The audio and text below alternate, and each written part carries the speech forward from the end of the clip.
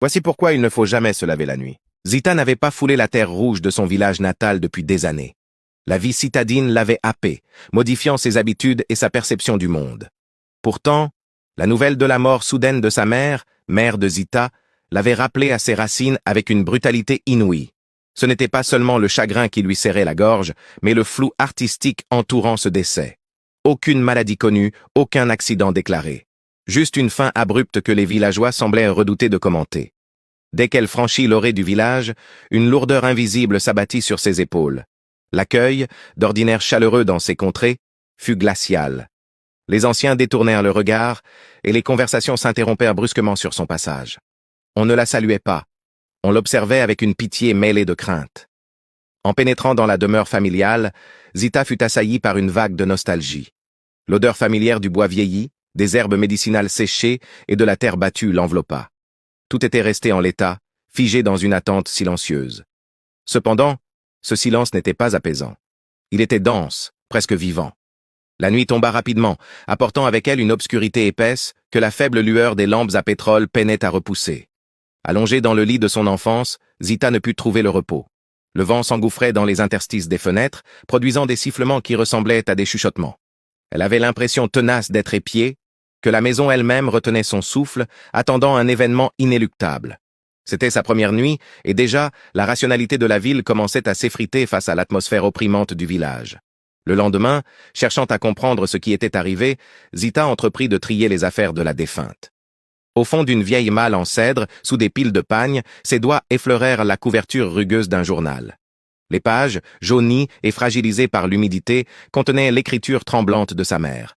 Ce qu'elle pensait être un simple recueil de souvenirs se révéla être un testament de peur. Dès les premières lignes, son cœur s'emballe.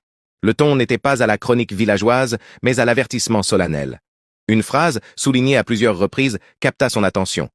Voici pourquoi il ne faut jamais se laver la nuit. Partie 2. Ne te lave jamais après minuit, car l'eau devient un miroir vers l'au-delà. Zita relut ces mots, un sourire sceptique aux lèvres, tentant de rationaliser cette interdiction absurde. Mais en tournant les pages, le scepticisme laissa place à l'angoisse. Sa mère décrivait des événements terrifiants avec une précision clinique. Le journal racontait l'histoire de Malcolm, un jeune homme fort qui avait bravé l'interdit lors d'une nuit de canicule. Il était revenu du puits transformé, parlant d'une main glacée qu'il avait touchée. Peu après, il avait disparu, happé par la forêt, ne laissant derrière lui que des vêtements trempés. Mère de Zita écrivait « J'ai vu ce qui arrive. L'eau de la nuit n'est pas celle du jour. Elle appartient à ceux qui ne dorment jamais. » Chaque anecdote renforçait l'idée d'une frontière fragile entre les mondes. Ce n'était pas de simples superstitions de vieilles femmes, mais des observations empiriques, notées par une personne terrifiée qui savait que son temps était compté. Le journal n'était pas un souvenir, c'était un manuel de survie que Zita tenait désormais entre ses mains moites. Troublée par sa lecture, Zita ressentit le besoin impérieux de confronter ses écrits à la réalité. Elle se rendit chez Baba Samou, le doyen du village, un homme respecté et craint pour sa connaissance des mondes invisibles.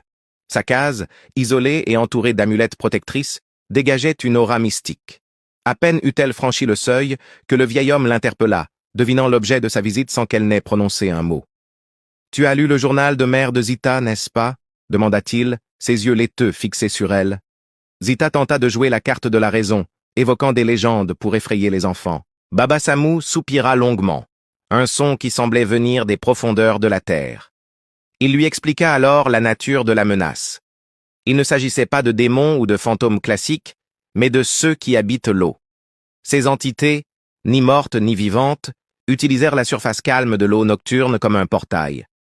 Quand tu te laves la nuit, tu leur offres un corps, une invitation, murmura-t-il.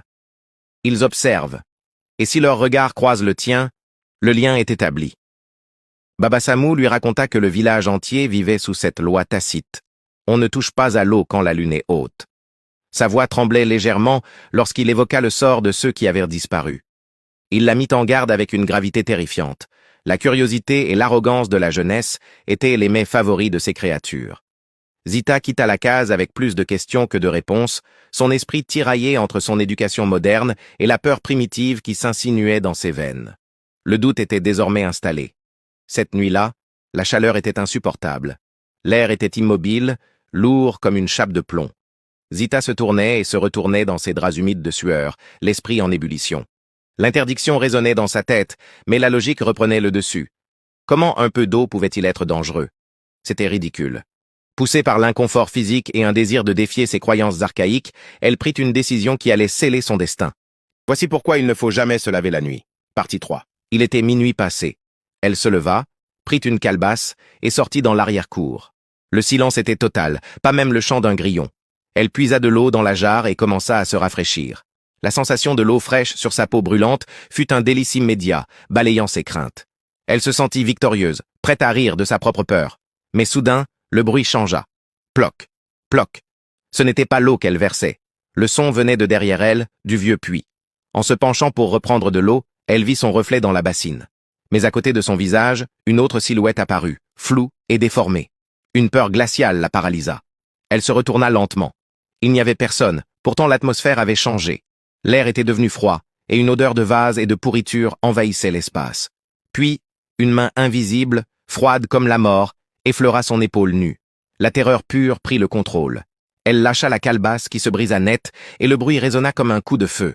Du puits, des bruits de clapotis émergeaient, comme si quelque chose de lourd et d'humide se hissait vers la surface. Elle ne pouvait plus nier la réalité. Elle avait réveillé ceux qui dormaient.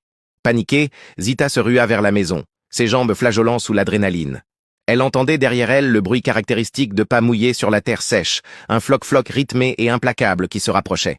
Elle s'engouffra chez elle, verrouilla la porte à double tour et s'adossa contre le bois, le souffle court, le cœur battant à tout rompre.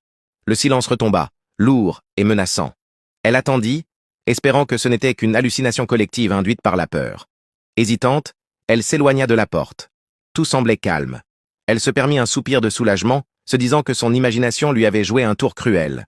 Mais alors qu'elle avançait vers sa chambre, elle sentit une goutte d'eau tomber sur son front. Puis une autre.